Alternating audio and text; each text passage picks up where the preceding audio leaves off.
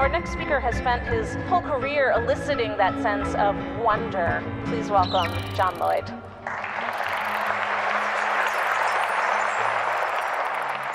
The question is, what is invisible? There's more of it than you think, actually. Everything, I would say, everything that matters, except everything and except matter. We can see matter, but we can't see what's the matter. We can see the stars and the planets, but we can't see what holds them apart or what draws them together. With matter, as with people, we see only the skin of things. We can't see into the engine room. We can't see what makes people tick, at least not without difficulty. And the closer we look at anything, the more it disappears. In fact, if you look really closely at stuff, you look at the basic substructure of matter, there isn't anything there. Electrons disappear in a kind of fuzz, and there is only energy. One of the interesting things about invisibility is that things that we can't see, we also can't understand. Gravity is one thing that we can't see and which we don't understand. It's the least understood of all the four fundamental forces and the weakest, and nobody really knows what it is or why it's there. For what it's worth, Sir Isaac Newton, the greatest scientist who ever lived, he thought Jesus came to Earth specifically to operate the levers of gravity. That's what he thought he was there for. So, bright guy. Could be wrong on that one, I don't know. Consciousness. I see all your faces. I've no idea what any of you are thinking. Isn't that amazing? Isn't it incredible that we can't read each other's minds when we can touch each other, taste each other, perhaps, if we get close enough, but we can't read each other's minds? I find that quite astonishing. In the Sufi faith, this great Middle Eastern religion, which some claim is the root of all religions, Sufi masters are all telepaths, so they say, but their main exercise of telepathy is to send out powerful signals to the rest of us that it doesn't exist. So that's why we don't think it exists, the Sufi masters working on us. In the question of consciousness and artificial intelligence is really, like the study of consciousness, got nowhere. We have no idea how consciousness works. Not only have they not created artificial intelligence, they haven't yet created artificial stupidity. The laws of physics, invisible, eternal, omnipresent, all-powerful, remind you of anyone? Interesting. I'm, as you can guess, not a materialist, I'm an immaterialist, and I found a very useful new word, ignostic, okay? I'm an ignostic. I refuse to be drawn on the question of whether God exists until somebody properly defines the terms.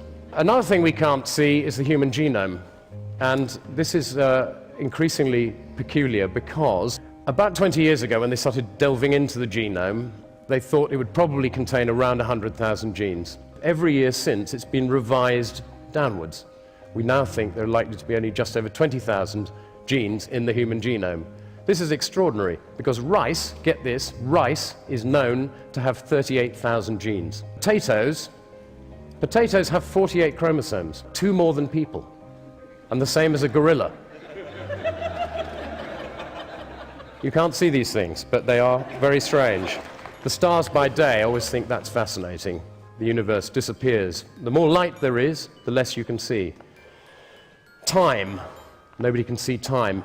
I don't know if you know this, modern physicists is a big movement in modern physics to decide that time doesn't really exist because it's too inconvenient for the figures.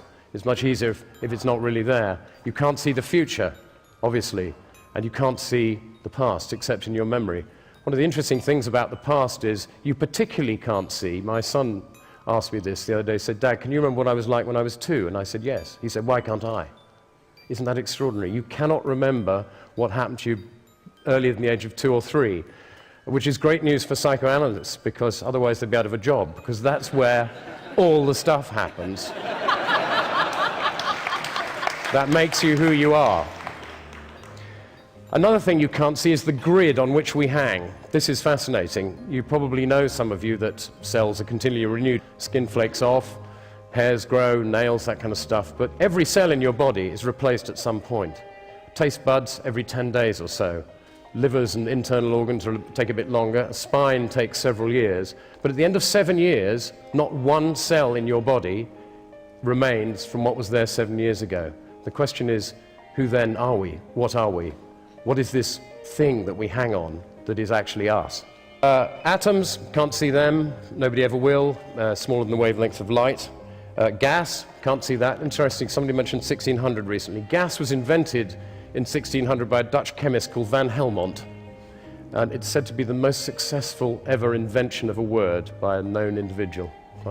Quite good. He also invented a word called BLAS, for meaning astral radiation. Didn't catch on, unfortunately. But well done him. Light. You can't see light. When it's dark in a vacuum, if a person shines a beam of light straight across your eyes, you won't see it. It's slightly technical. Some physicists will disagree with this, but it's odd that you can't see the beam of light. You can only see what it hits. Electricity, you can't see that. Don't let anyone tell you they understand electricity. They don't. Nobody knows what it is. You probably think the electrons in an electric wire move instantaneously down a wire, don't you, at the speed of light when you turn the light on? They don't. Electrons bumble down the wire about the speed of spreading honey, they say. Galaxies, 100 billion of them estimated in the universe. 100 billion. How many can we see? 5. 5 out of the 100 billion galaxies with the naked eye, and one of them is quite difficult to see unless you've got very good eyesight.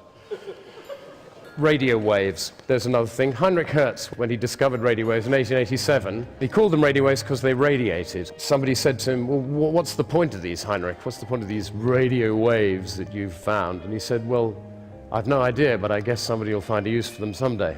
The biggest thing that's invisible to us is what we don't know. It is incredible how little we know. Thomas Edison once said, we don't know 1% of 1 millionth about anything. And I've come to the conclusion, because you asked this other question, what's another thing we can't see? The point, most of us. What's the point? The point, what I've got it down to is there are only 2 questions really worth asking. Why are we here? And what should we do about it while we are? To help you, I've got 2 things to leave you with from 2 great philosophers, perhaps 2 of the greatest philosopher-thinkers of the 20th century, one a mathematician and engineer, and the other a poet. The first is Ludwig Wittgenstein, who said, I don't know why we are here, but I'm pretty sure it's not in order to enjoy ourselves. He was a cheerful bastard, wasn't he? And secondly and lastly, W.H. Auden, one of my favorite poets, who said, we are here on earth to help others. What the others are here for, I've no idea.